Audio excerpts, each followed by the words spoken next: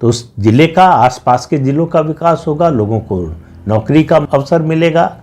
उसकी प्रशंसा में सामना में संपादकीय लिखा संजय राउत ने और देवा भाऊ कह के उनको संबोधित किया और बड़ी प्रशंसा की कि उन्होंने जो है गढ़चिरौली जैसे इलाके में, जो पिछड़ा इलाका है और नक्सल प्रभावित इलाका है, वहाँ इतने बड़े इन्वेस्टमेंट की घोषणा की है।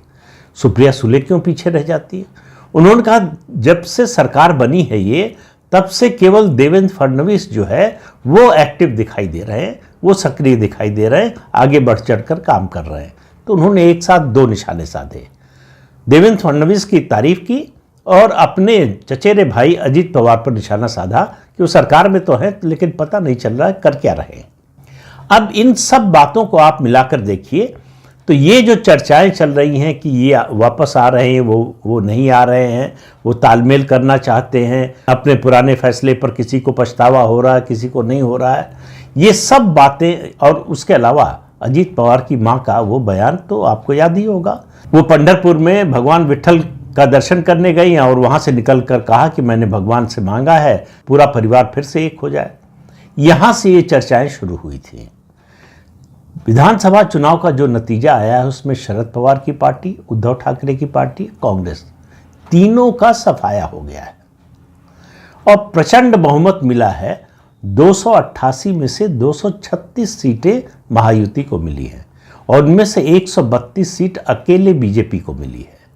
बीजेपी चाहती तो अकेले भी सरकार बना सकती थी, केवल 145 सीटों की जरूरत होती है पूर्ण बहुमत के लिए और 132 का मतलब है सिर्फ 13 सीटों की कमी थी।